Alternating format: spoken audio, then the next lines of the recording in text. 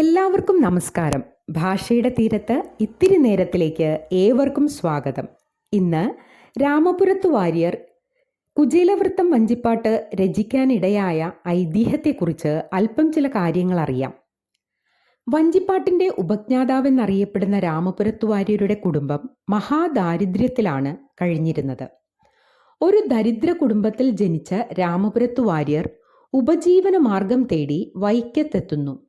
വാര്യർ അവിടെ ക്ഷേത്രദർശനത്തിനെത്തിയ മാർത്താണ്ഡവർമ്മയെ മുഖം കാണിക്കുകയും ചില ശ്ലോകങ്ങൾ എഴുതി കാഴ്ചവെക്കുകയും ചെയ്തു.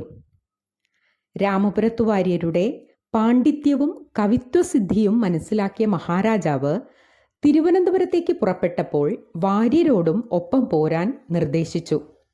ആ ജലയാത്രയ്ക്കിടയിൽ രാജകൽപ്പനയനുസരിച്ച് എഴുതിയുണ്ടാക്കിയ കൃതിയാണ് കുചേലവൃത്തം വഞ്ചിപ്പാട്ടെന്നാണ് ഐതിഹ്യം. കൃഷ്ണസന്നിധിയിലേക്ക് അവലുമായി പോകുന്ന കുചേലന്റെ കഥയ്ക്കും രാജസന്നിധിയിലേക്ക് കാവ്യവുമായെത്തുന്ന രാമപുരത്തു വാര്യരുടെ ജീവിതത്തിനും സമാനതകളുണ്ട്. ശ്രീകൃഷ്ണനെ കണ്ട് ഭവനത്തിൽ തിരിച്ചെത്തിയ കുചേലൻ കണ്ടത് തൻ്റെ പൊളിഞ്ഞു വീഴാറായ പഴയ വീടിനു പകരം വലിയ മാളികയും ഭാര്യയ്ക്കും മക്കൾക്കും പട്ടുവസ്ത്രങ്ങളും നിറയെ സ്വർണ്ണാഭരണങ്ങളും സ്വത്തും സമ്പത്തുമായിരുന്നു. അതുപോലെ രാമപുരത്തു വാര്യർക്കും മാർത്താണ്ഡവർമ്മ മഹാരാജാവ് വൈക്കത്തിനടുത്ത് വെച്ചൂർ എന്ന സ്ഥലത്ത് മനോഹരമായ ഗൃഹവും വസ്തുവകകളും നൽകുകയുണ്ടായി.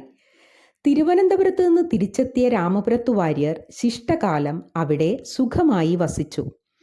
ഭാഷയുടെ തീരത്ത് ഇത്തിരി നേരത്തിൽ വീണ്ടും കാണാം. എല്ലാവർക്കും നന്ദി.